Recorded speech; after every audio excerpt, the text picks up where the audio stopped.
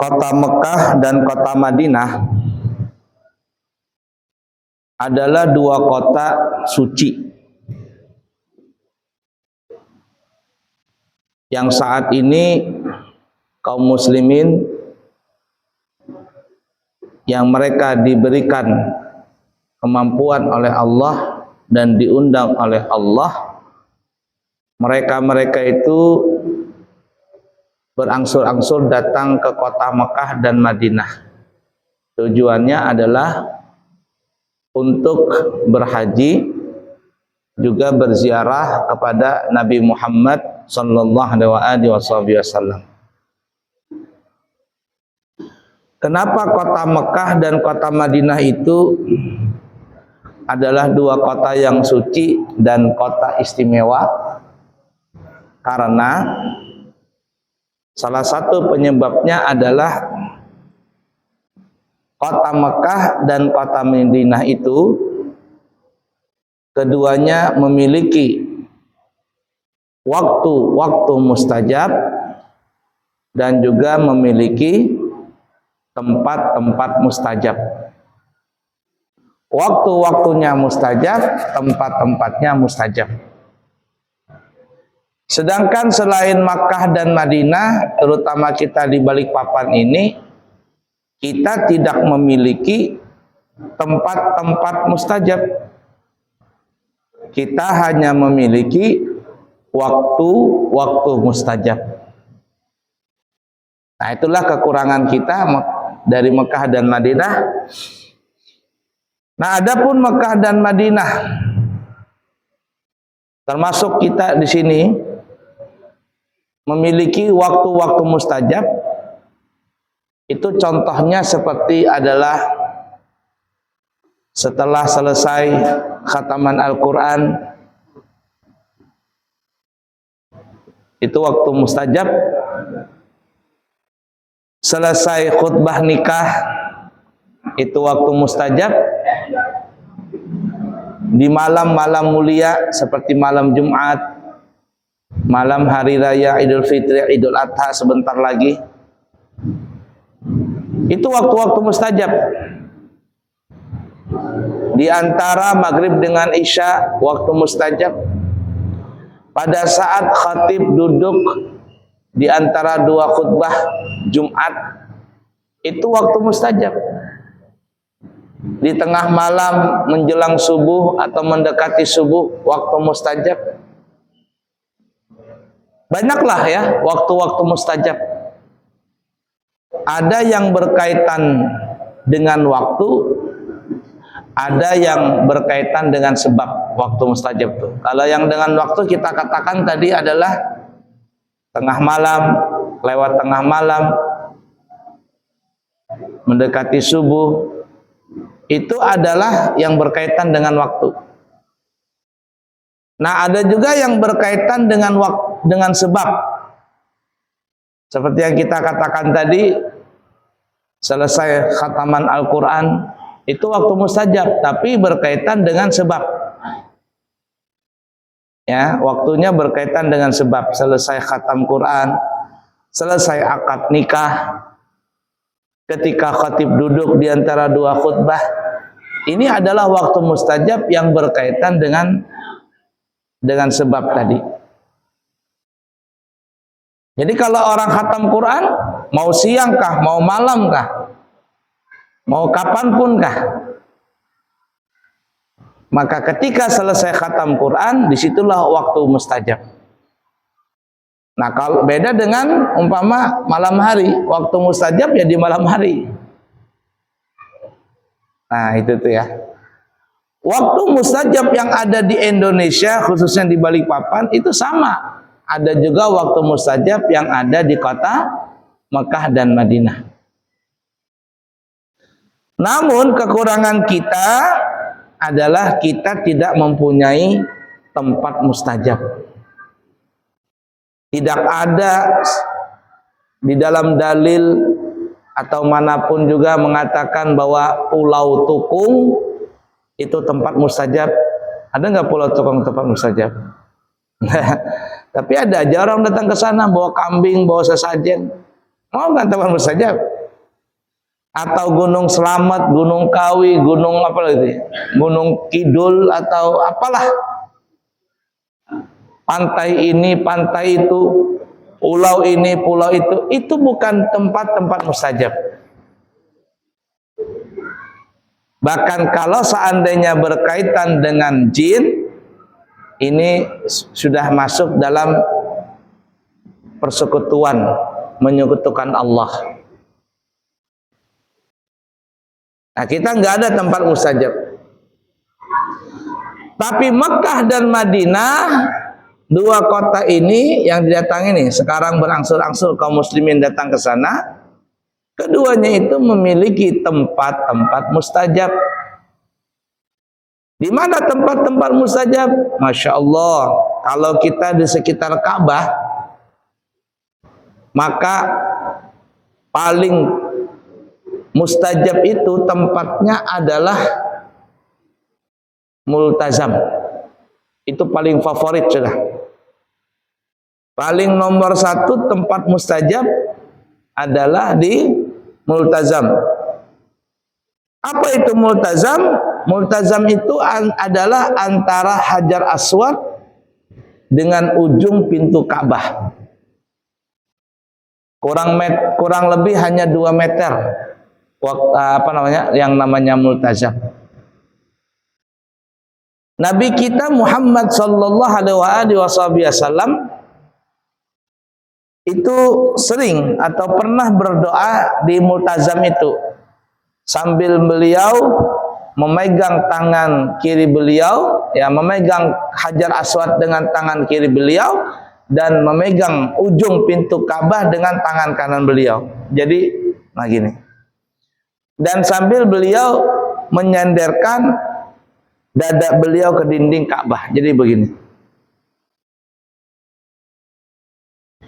Nabi melakukan demikian. Itu tempat paling mustajab di areal Ka'bah. Apalagi di seluruh areal Ka'bah tempat mustajab. Dan terlebih-lebih adalah di Hijr Ismail. Tahu Hijr Ismail, bapak-bapak, ibu-ibu? Ada di ujung Ka'bah lingkaran separoh.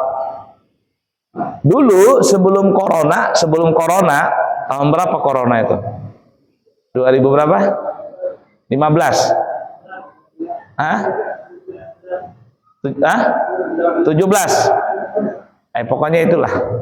Sebelum corona, kita itu bebas masuk di yang namanya Hijr Ismail. Kita masuk ke situ bebas. Tapi sekarang masuk ke situ berjadwal. Ya, jadwalnya ada itu di di YouTube.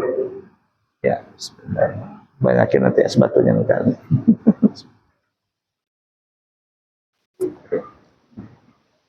Sebentar. Ya, makasih.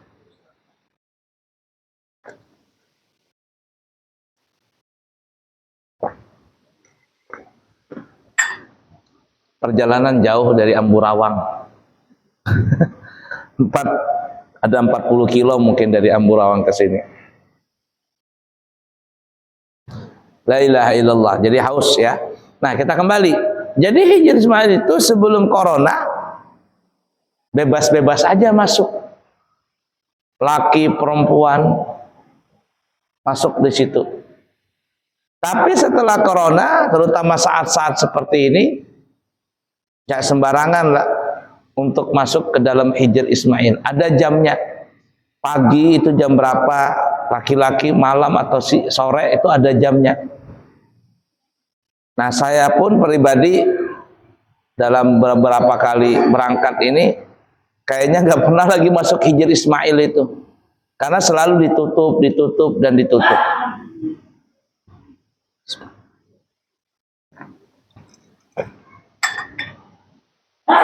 Gitu ya. Loh, kenapa Hijr Ismail itu tempat mustajab?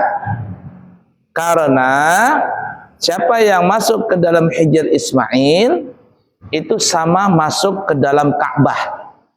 Disebabkan dulu itu Ka'bah bentuknya adalah 1/4 panjang. Ya, segi 4 panjang maksudnya. Sampai ke Hijr Ismail.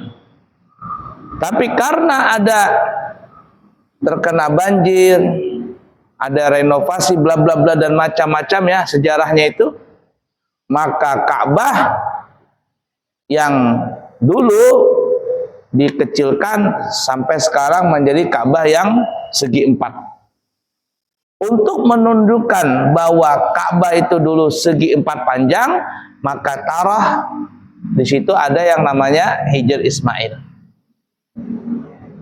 Jadi siapa yang masuk ke dalam Hijr Ismail, maka dia masuk ke dalam Ka'bah.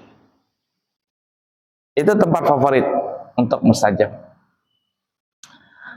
Apalagi di Hajar Aswad, Rukun Yamani, Rukun Syami, Rukun Iraqi, semuanya itu adalah tempat-tempat mustajab.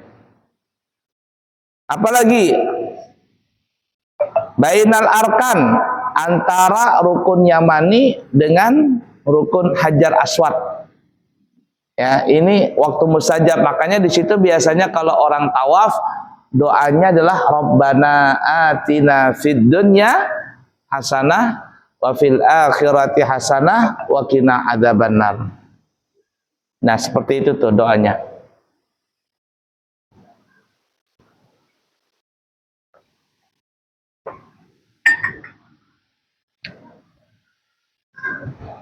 Mudah ya dipaham ya.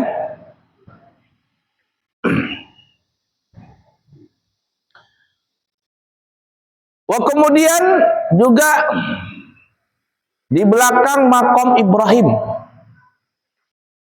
Makom Ibrahim itu Bapak Ibu bukanlah kuburan.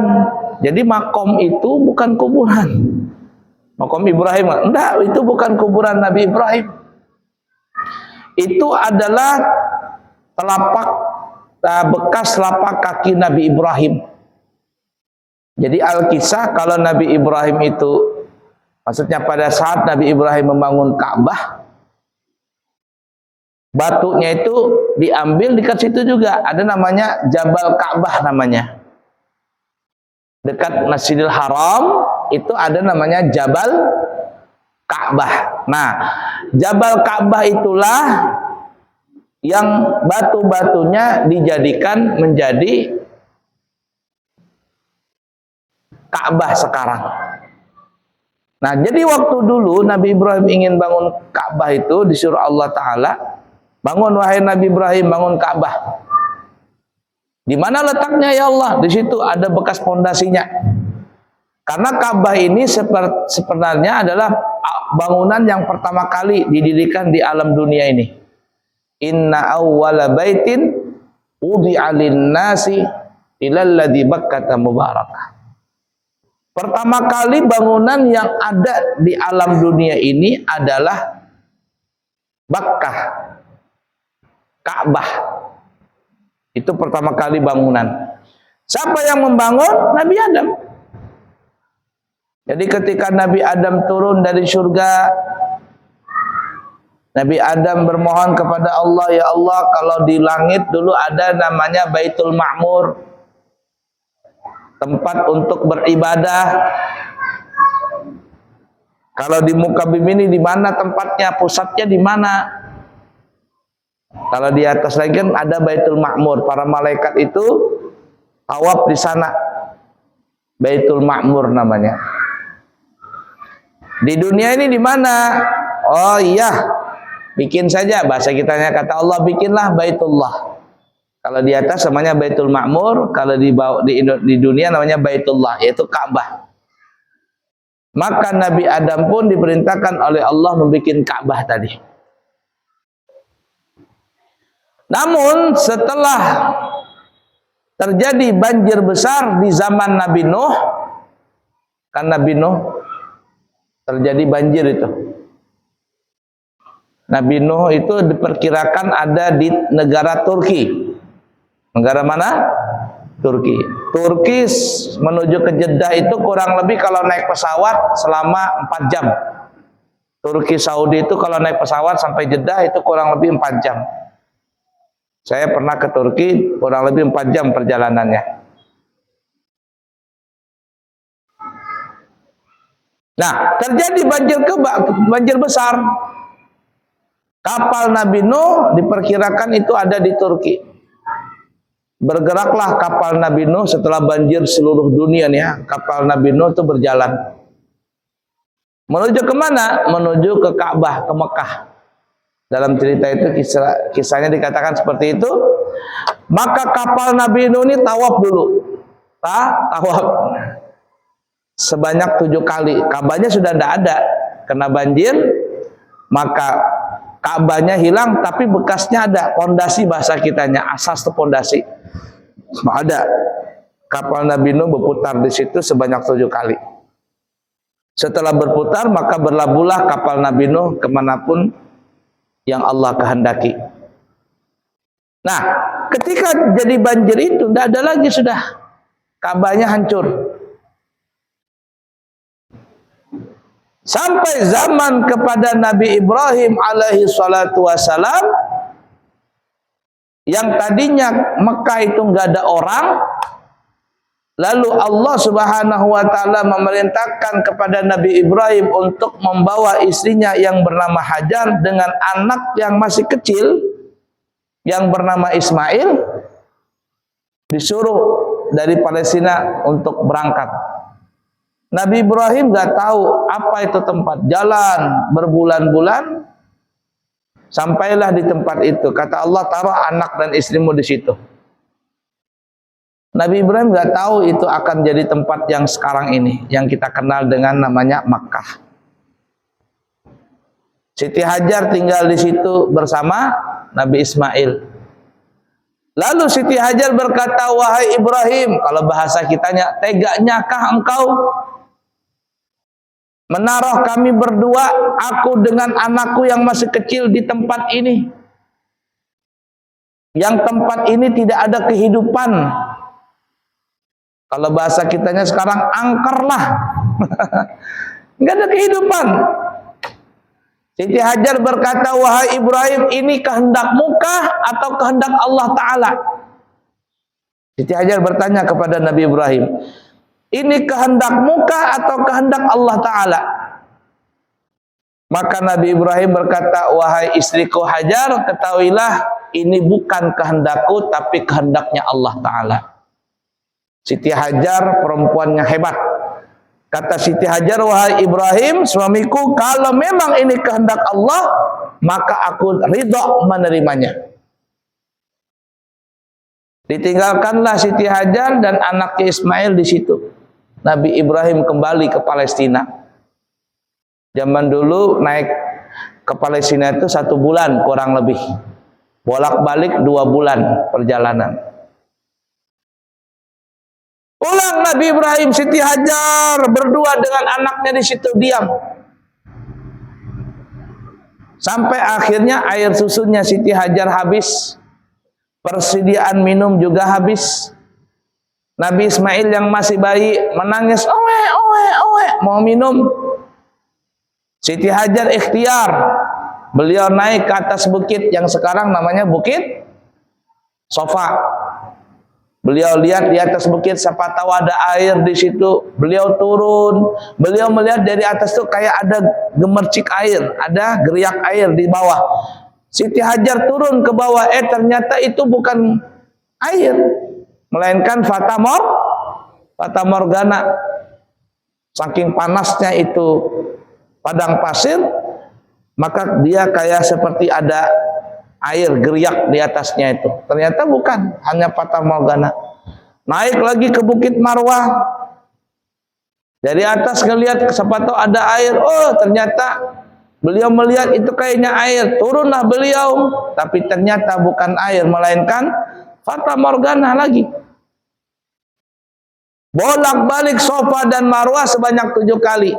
Kalau hitungan sekarang, Sofa Marwah itu kurang lebih 500 meter.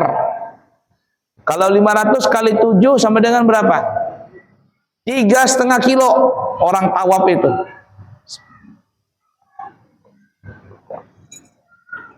3,5 kilo orang sa'i. Belum lagi tawaf. Makanya kalau saya bawa jamaah, itu saya sudah wanti-wanti, ingat ya, kita umroh ini dari hotel kembali ke hotel itu kurang lebih 10 kilo kita jalan kaki. Kalau kita dari hotel kembali ke hotel itu bisa makan waktu 3 sampai 4 jam. Kenapa kok banyak banget? Iya, sa'i aja sudah 3,5 kilo. Tawaf anggaplah 3,5 kilo juga. 3,5 kali 3 sudah 7 kilo. Belum lagi kita mutar-mutar. Diarahkan polisi ke sana, ke sini, ke situ. Saya ambil ancang-ancang 10 kilo. Jadi harus kuat orang berumrah itu. Masya Allah. Maka kembalilah Siti Hajar kepada Nabi Ismail. Sudah ikhtiar habis. Maka Siti Hajar pun berdoa kepada Allah Ta'ala, ya Allah, tidak mungkinlah engkau menelantarkan kami di sini. Nabi Ismail menangis. Beliau menginjak tanah dengan kakinya. Karena kalau bayi itu kan kalau nangis kan bahantak-hantak bahasa kitanya. Menghantakkan kakinya Ismail ke tanah, tiba-tiba keluarlah air. Dalam pendapat yang lain mengatakan Jibril datang, lalu Jibril mengepakkan tanah tadi, maka keluarlah air. Dan air itu disebut namanya air Zam-Zam. Keluar air, deras. Maka Siti Hajar pun mengumpulkan air tadi. Kalau bapak ibu pernah lihat orang ngaduk semen, supaya semen itu airnya nggak keluar, biasanya apa yuk? Dibendung gini. Sambil Siti Hajar mengatakan Zam-Zam, Zam-Zam, Zam-Zam. Arti bahasa kitanya kumpul, jangan kemana-mana, sini aja. Ada yang mengatakan, kata ulama, kalau seandainya Siti Hajar tidak mengatakan Zam-Zam, Zam-Zam, maka air Zam-Zam itu akan mengalir kemanapun akan berjalan dia. Selama itu ada daratan, dia mengalir terus. Tapi karena dikatakan Zam-Zam, Zam-Zam, maka dikumpul di situ saja airnya. Namun walaupun tidak mengalir, tetapi air Zam-Zam ini nyampe kemana-mana. Bukan lewat darat, tapi lewat pesawat. Terbang sampai ke tempat kita ini air Zam-Zamnya. Ya tidak. Nah, lambat laun Mekah yang tadi nggak ada orangnya menjadi ramai gara-gara ada air. Dulu kafilah dagang kalau mereka menuju ke Palestina atau ke Syria atau kemana-mana, nggak pernah lewat di Mekah, itu nggak pernah. Dulu sebelum ini, zaman Nabi Ibrahim ini. Tapi kafilah dagang suatu ketika mereka melihat banyak burung bertebangan di udara, banyak burung. Kafilah dagang berkata, biasanya kalau ada burung banyak berkitaran di udara itu antara dua. Satu, karena ada bangkai di situ, ada makanan. Yang kedua, karena di situ ada air. Maka kafilah dagang ini pun akhirnya mereka penasaran dan mereka kepingin tahu, lalu mereka mendatangi tempat tersebut. Ternyata memang benar di situ ada air yang dijaga oleh Siti Hajar dan siapa tadi namanya? Nabi Ismail. Mulailah tempat itu menjadi tempat istirahat. Jadi setiap pedagang yang datang ke situ minta izin kepada Siti Hajar. Minta izin, kata Siti Hajar, ayo silakan bangun tenda, bangun rumah. Akhirnya menjadi banyak. Sampai akhirnya Nabi Ibrahim pun menengok kepada Nabi Ismail. Nah, disitulah Nabi Ibrahim setelah berkumpul dengan Siti Hajar, Nabi Ibrahim diperintahkan oleh Allah untuk membangun Ka'bah yang kita sebutkan tadi. Batunya dari mana? Nah, ada yang mengatakan batu Ka'bah itu diambil dari sekarang namanya Jabal Ka'bah. Ada namanya Jabal Ka'bah. Itulah batu gunung batu yang dulu dipahat oleh Nabi Ibrahim untuk dijadikan Ka'bah. Namanya Jabal Ka'bah. Setelah Nabi Ibrahim alaihissalatu wassalam selesai membangun Ka'bah, maka Allah memerintahkan kepada Nabi Ibrahim, wahai Ibrahim, naiklah engkau ke atas bukit. Ada yang mengatakan bukit itu atau gunung itu adalah Jabal Qubais. Jabal Qubais ini adalah gunung yang sekarang didirikan hotel raja, hotel kerajaan. Itu hotel yang paling dekat dengan Masjid Haram, itu sudah hotel raja itu. Jadi kalau ada raja datang ke situ atau menteri atau pejabat-pejabat atau tamu-tamu kehormatan dari negara manapun, biasanya diistirahatkan di hotel situ. Banyak hotelnya. Termasuk imam-imam Masjidil Haram, kalau mereka ingin menjadi imam ke dalam masjid, mereka istirahatnya di hotel tersebut. Kemudian ada pintunya. Sudah waktunya keluar, mereka keluar dari hotel tersebut, langsung nyebrang, langsung ke dalam Masjidil Haram. Namanya Jabal Qubais. Kata Allah, hai Ibrahim, naiklah engkau ke Jabal Qubais. Panggillah orang-orang. Panggillah orang-orang Nabi untuk datang ke sini supaya bisa berhaji. Nabi Ibrahim berkata, ya Allah, bagaimana aku memanggil? Enggak ada orang. Enggak ada orang. Kata Allah Ta'ala, panggil saja. Kau yang memanggil, aku yang menyampaikan. Jadi hakikatnya itu, ya, secara zahir Nabi Ibrahim yang mengundang. Tapi hakikatnya Allah yang mengundang. Makanya orang yang berangkat haji atau berangkat umrah disebut apa ya? Tamunya Allah. Duyufur Rahman. Tamunya Allah yang bernama Rahman. Kalau ke Madinah namanya Duyufur Rasulillah, tamunya Rasulullah. Maka biasanya kalau mutawif itu kalau dia lagi berpidato atau lagi ceramah di dalam bis, dia akan mengatakan, bapak-bapak, ibu-ibu yang terhormat, tamu Allah dan tamu Rasulullah sallallahu alaihi wasallam. Biasanya dia berkata begitu. Panggil, kata Allah Ta'ala. Maka Nabi Ibrahim pun memanggil, hai manusia, bahasa kitanya. Hai cucu-cucuku, hai kaum muslimin, kesinilah kalian, kesinilah kalian, kesinilah kalian untuk berangkat haji. Kita belum ada waktu itu, belum ada. Di mana kita? Masih di alam arwah, masih di alam arwah. Ketika Nabi Ibrahim itu memanggil, maka ruh kita ini, dalam sejarah dikatakan begitu, roh-roh kita ini mengatakan labbaik. Jadi ketika Nabi Ibrahim ke sini, maka orang yang mendengar akan mengatakan labbaik. Nah, para ulama mengatakan siapa yang mengatakan labbaik, maka dia pasti berangkat haji. Kalau dia mengatakan labbaik dua kali, hajinya dua kali. Kalau dia mengatakan labbaik tiga kali.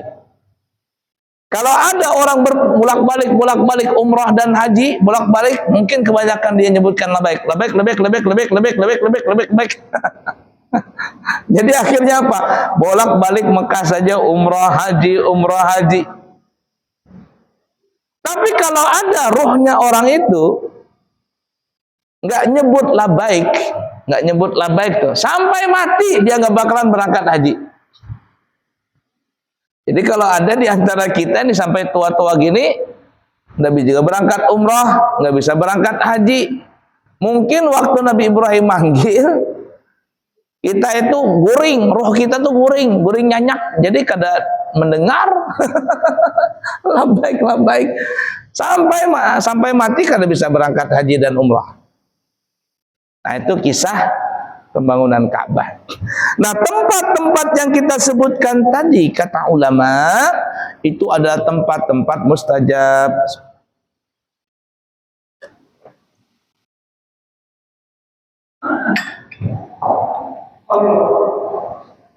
Hah?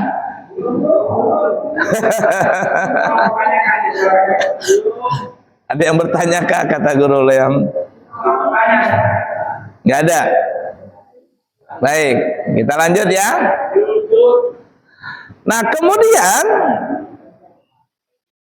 tempat di mana lagi yang mustajab? Di Arafah. Arafah. Nanti tempat kumpul orang berhaji itu di Arafah. Puncaknya itu di Arafah. Al-hajju Arafah, kata Nabi. Haji itu adalah Arafah. Artinya siapa yang tanggal 9 Dzulhijjah setelah zuhur masuk ke Arafah, walaupun cuma sebentar, maka dia sudah dikatakan haji. Nah, oleh karena itu sekarang diperketat tuh, orang mau masuk ke Arafah nggak bisa sembarangan, harus ada tasrihnya, harus ada barcode-nya, berat sekarang, ketat. Padahal di Arafah itu pas saya masuk itu nggak juga padat-padat banget, banyak yang kosong masih di Arafah itu. Itulah keunikannya di Arafah itu. Berapa juta manusia, ada yang mengatakan sampai 7 juta orang. Di Arafah itu kita lihat masuk ke dalam itu dan juga penuh. Lengang aja kayak begini nah. Unik Arafah itu. Padahal kalau secara logika 7 juta manusia kumpul mungkin penuh. Kita lihat di TV orang mengamera dari helikopter penuh. Tapi ketika kita masuk Arafah dan juga penuh, saya bilang. Tahun lalu itu saya bilang, wah, dan juga penuh. Masya Allah. Nah, Arafah ini adalah tempat mustajab. Waktu haji itu banyak orang berdoa, ya Allah. Terutama menjelang maghrib tuh nah ya. Menjelang maghrib sama waktu mau dekat zuhur. Mau dekat zuhur, orang mau awal permulaan ini, apa namanya ini? Permulaan startnya orang wukuf itu kan mulai zuhur tanggal 9 itu. Sama setelah asar itu banyak orang berdoa. Dan ketika masuk waktu maghrib malam 10 Dzulhijjah, kalau kita di sini hari raya, di sana itu belum, di sana hari raya tapi mereka sibuk dengan haji. Dibukalah pintu gerbang Arafah, terbuka, maka keluarlah manusia-manusia dari Arafah tadi menuju ke Musdalifah. Nah, itu Arafah tempat mustajab di situ. Orang banyak berdoa. Wallahu a'lam, hanya Allah yang mengetahui. Ada yang mengatakan nanti di akhirat ketika Yaumul Hasyar, hari penghalauan, hari perkumpulan manusia, ada yang mengatakan tempat kumpulnya seluruh manusia dari Nabi Adam sampai orang yang terakhir mati di hari kiamat itu dikumpulkan adalah di padang Arafah, di padang Arafah yang musim haji itu yang kita lihat sekarang ini. Tapi ada juga yang mengatakan, dan ini yang lebih kuat, tempat mahsyarnya manusia itu di padang mahsyar nanti di hari kiamat itu adalah bukan di Arafah tapi di Masjidil Aqsa Palestina. Nah, jadi ada dua pendapat, ada yang mengatakan Arafah yang ada di Mekah sana ya, di luar Mekah sana musim haji, ada yang mengatakan di Masjidil Aqsa Palestina. Wallahu alam, hanya Allah yang tahu kapan nanti kita, di mana kita kumpul. Tapi insya Allah nanti kita pasti kumpul di akhirat semuanya nanti. Apakah nanti di padang Arafah ataukah di Palestina? Mudah-mudahan kita semuanya dikumpulkan oleh Allah di dunia sampai akhirat bersama para anbiya, para mursalin, syuhada dan salihin. Amin ya rabbal alamin. Semoga yang belum berangkat haji dan umrah, Allah segera memanggil dan menjadikan kita semuanya menjadi tamunya.